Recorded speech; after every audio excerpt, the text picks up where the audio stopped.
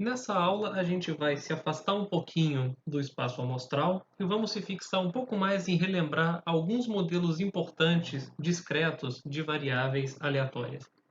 Essa revisão não é exaustiva, tá? Eu vou assumir que vocês aprenderam bastante coisa no curso de Prov 1. Eu só vou querer relembrar alguns modelos importantes e dar alguns exemplos bem interessantes para que a gente fixe algumas coisas na cabeça. Bom, a variável aleatória mais simples que a gente pode considerar, tá, é a variável aleatória de Bernoulli. Então, a gente diz que x tem distribuição de Bernoulli com parâmetro p se ela pode assumir somente dois valores. Tá? X assume os valores 0 com probabilidade 1 menos p, ou assume o valor 1 com probabilidade p. Tá?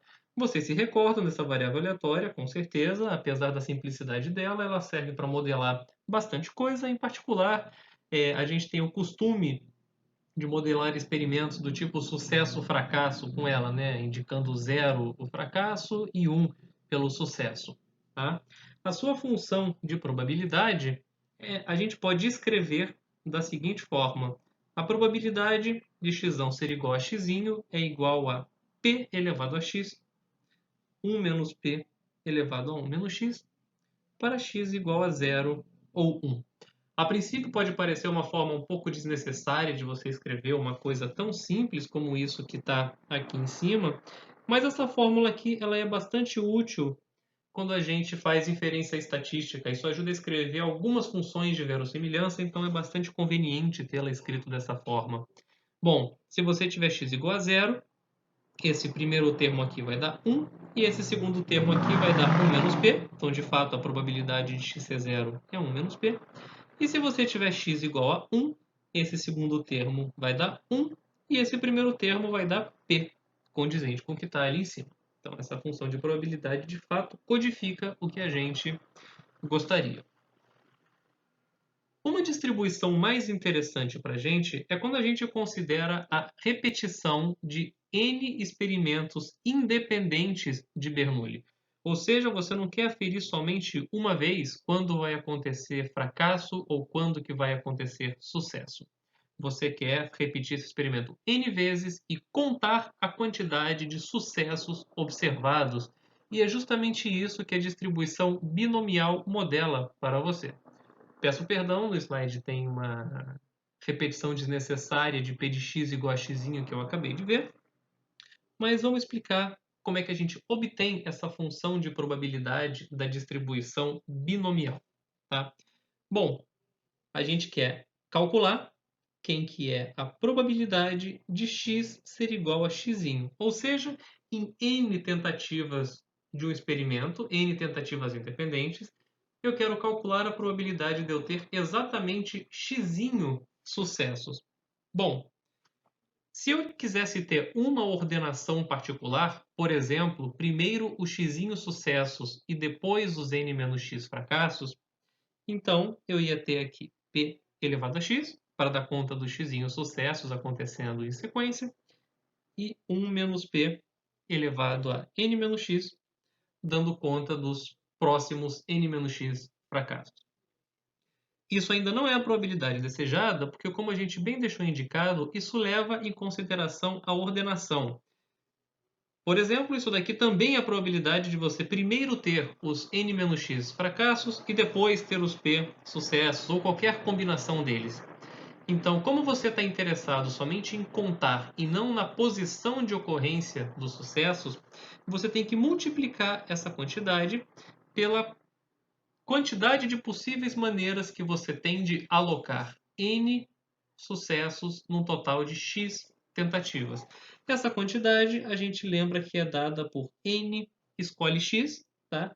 Só relembrando aqui, n escolhe x é dado por n fatorial, x fatorial, n menos x fatorial.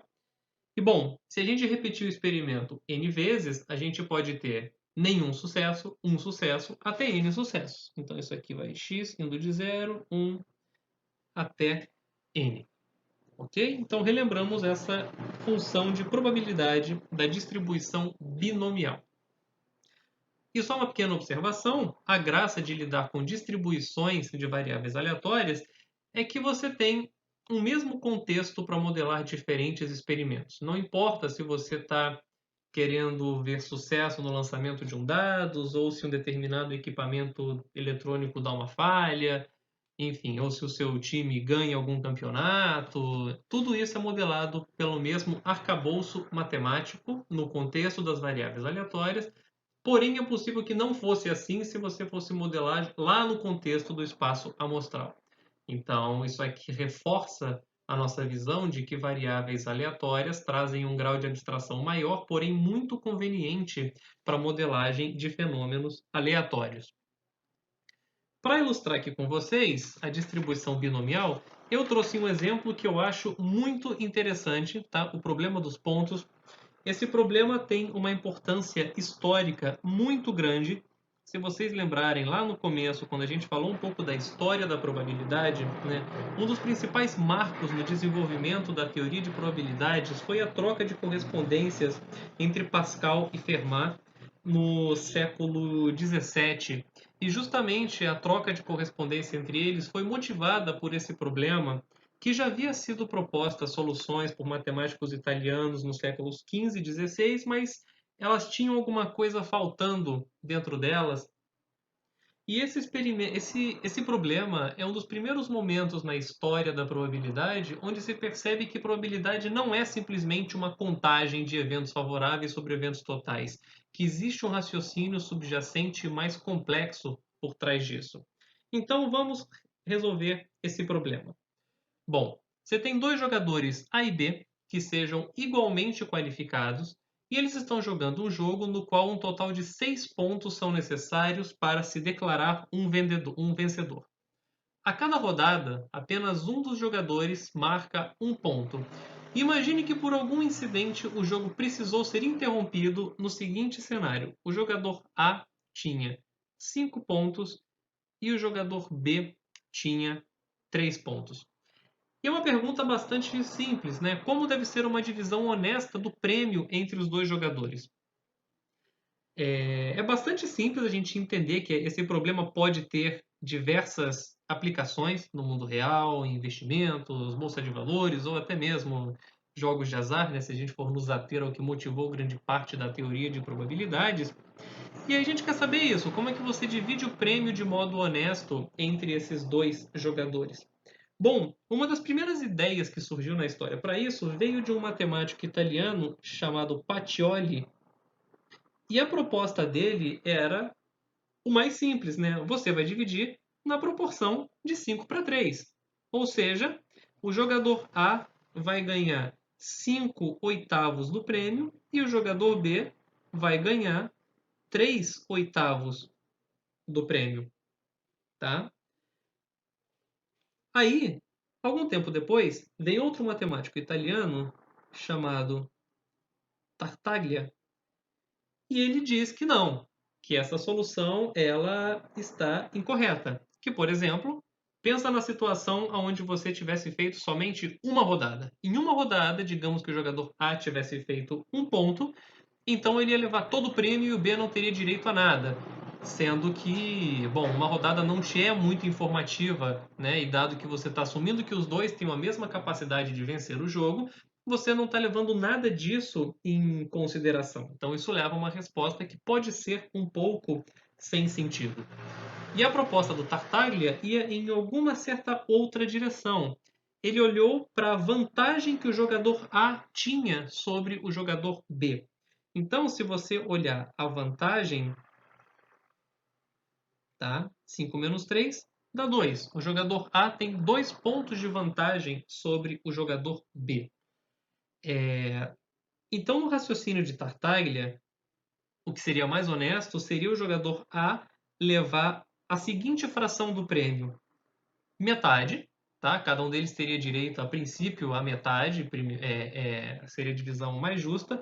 Porém, como A tem uma vantagem de 2 pontos sobre o jogador B, ele levaria adicionalmente uma fração de 2 sextos do prêmio, tá? Lembrando que 6 é o número total de rodadas. Esse é o raciocínio dele. Então, o jogador A iria levar meio mais 1/3 do prêmio total e o restante ficaria com o jogador B. Durante um tempo essa solução pareceu razoável, até quando isso chegou nas mãos de Pascal e Fermat, e eles viram que essas soluções, na verdade, elas têm um grave problema, que elas não estão levando em consideração nenhuma aleatoriedade envolvida. Não estão levando em consideração o que aconteceria caso o jogo continuasse. Tá? Elas só olham para o passado e não prevêem nada de acordo com a capacidade dos dois jogadores. Então, a solução do Pascal e do Fermat era a seguinte: bom, vamos fingir que o jogo continuou e vamos tentar então calcular qual que é a probabilidade do jogador A ganhar e qual que é a probabilidade do jogador B ganhar, e isso sim vai estar relacionado com a fração do prêmio que o jogador A e o jogador B devem levar. Então, como o jogador A tem 5 pontos e como ele precisa de um total de 6 para ganhar, bom, se ele fizer mais um ponto, ele ganha. Então A precisa de um ponto para ganhar o jogo. Enquanto que o jogador B, ele precisa de mais pontos, ele precisa de 3 pontos para vencer, porque ele está com somente 3. Tá? Essa situação pode ser resolvida em no máximo 3 rodadas. Resolvida em no máximo 3 rodadas. E a pergunta de interesse agora é essencialmente qual que é a probabilidade do jogador A ganhar nessas 3 rodadas. Então, a probabilidade do jogador A ganhar, tentem se convencer dessa igualdade que eu vou falar agora, é a probabilidade do A ganhar pelo menos uma das 3 partidas. A ganhar pelo menos uma das 3 partidas. E bom, isso aqui recai exatamente numa distribuição binomial, né?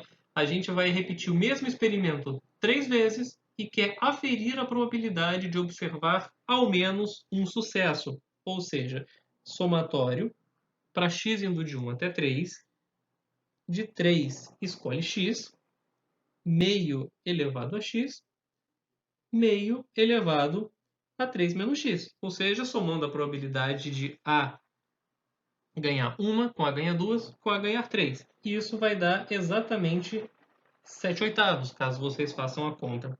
Então, segundo o raciocínio de Pascal e Fermat, a maneira mais justa de dividir o prêmio entre dois jogadores é A levar 7/8 do total do prêmio. Tá? Porque isso é uma quantidade que leva em consideração tanto o passado, ou seja, o quanto que A já estava ganhando do jogador B, e uma previsão que você pode fazer para o futuro com base no seu conhecimento acerca dos dois jogadores serem igualmente capazes. Tá? Então a gente encerra essa exposição da distribuição Bernoulli binomial com esse exemplo bastante histórico, bastante interessante.